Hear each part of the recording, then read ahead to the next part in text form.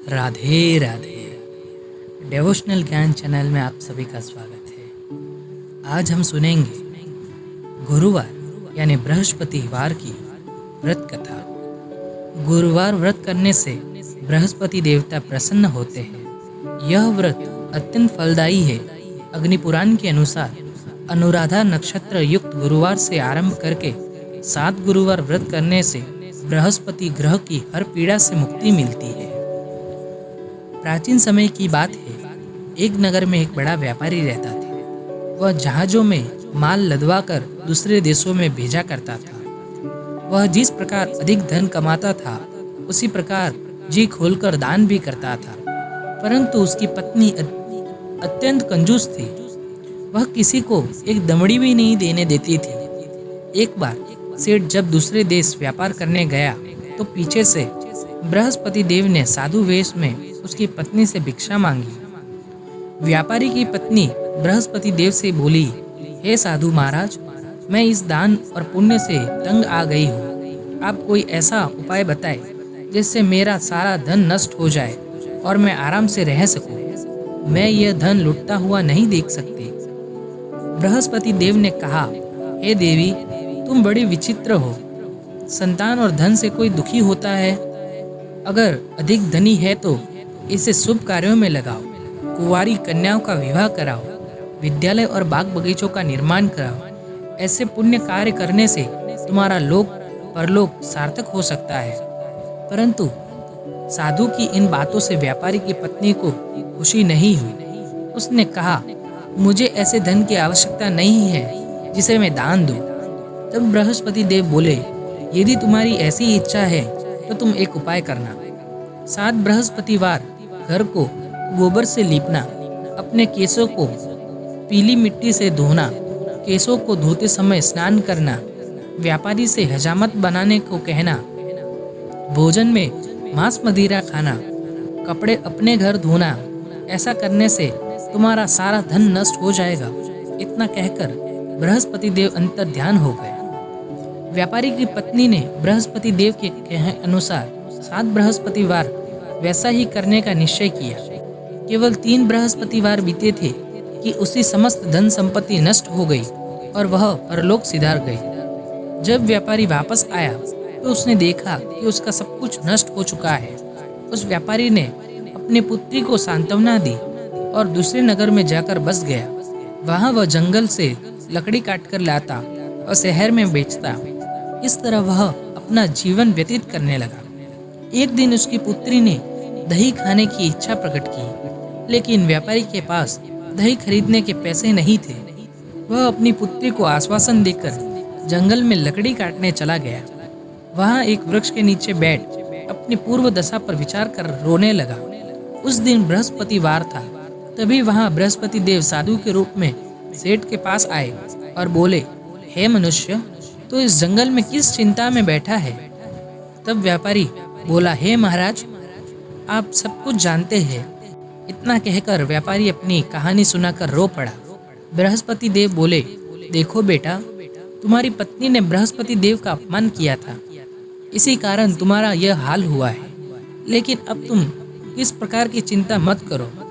तुम गुरुवार के दिन बृहस्पति देव का पाठ करो।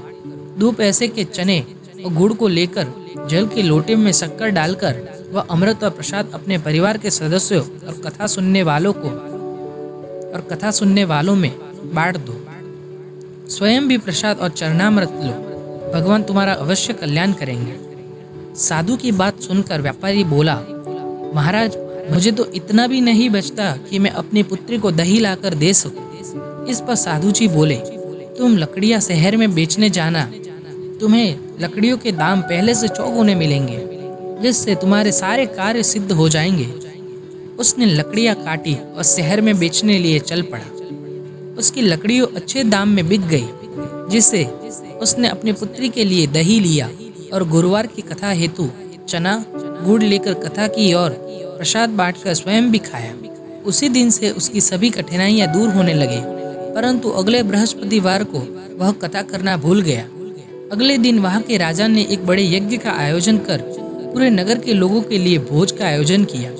राजा की आज्ञा के अनुसार पूरा नगर राजा के महल में भोज करने गया, लेकिन व्यापारी व उसकी पुत्री तनिक विलंब से पहुंचे। अंततः उन दोनों को राजा ने महल में ले जाकर भोजन कराया। जब वे दोनों लौटकर आए तब रानी ने देखा कि उसका खूंटी पर टंगा हार गायब है। रानी को व्यापारी और उसकी पुत्री पर संदेह हुआ कि उसका हार उन दोनों ने ही चुराया है। राजा की आज्ञा से उन दोनों को कारावास की कोठरी में कैद कर दिया गया। कैद में पड़कर दोनों अत्यंत दुखी हुए। वहां उन्होंने बृहस्पति देवता का स्मरण किया। बृहस्पति देव ने प्रकट होकर व्यापारी को उसकी भूल का आभास कराया और उन्हें सलाह दी कि गुरुवार के दिन कैद खाने के दरवाजे पर तुम्हें 2 पैसे मिलेंगे। उनसे तुम चने और मुनक्का मंगवाकर विधि पूर्वक बृहस्पति देवता का पूजन करना, तुम्हारे सब दुख दूर हो जाएंगे। बृहस्पतिवार को कैद खाने के द्वार पर उन्हें 2 पैसे मिले। बाहर सड़क पर एक स्त्री जा रही थी। व्यापारी ने उसे बुलाकर गुड़ और चने लाने को कहा। इस पर वह स्त्री बोली, मैं अपने बहू के लिए गहने लेने जा रही हूँ, मेरे पास समय नहीं है। इतना कहकर वह चली गई। थोड़ी देर बाद वहाँ से एक और स्त्री निकली। व्यापारी ने उसे बुलाकर कहा कि हे बहन, मुझे बृहस्पतिवार की कथा करनी है, तुम मुझे 2 पैसे का गुड़ चना ला दो। बृहस्पति देव का नाम सुनकर वह स्त्री बोली, भाई मैं तुम्हें अभी गुड़ चना लाकर देती हूँ।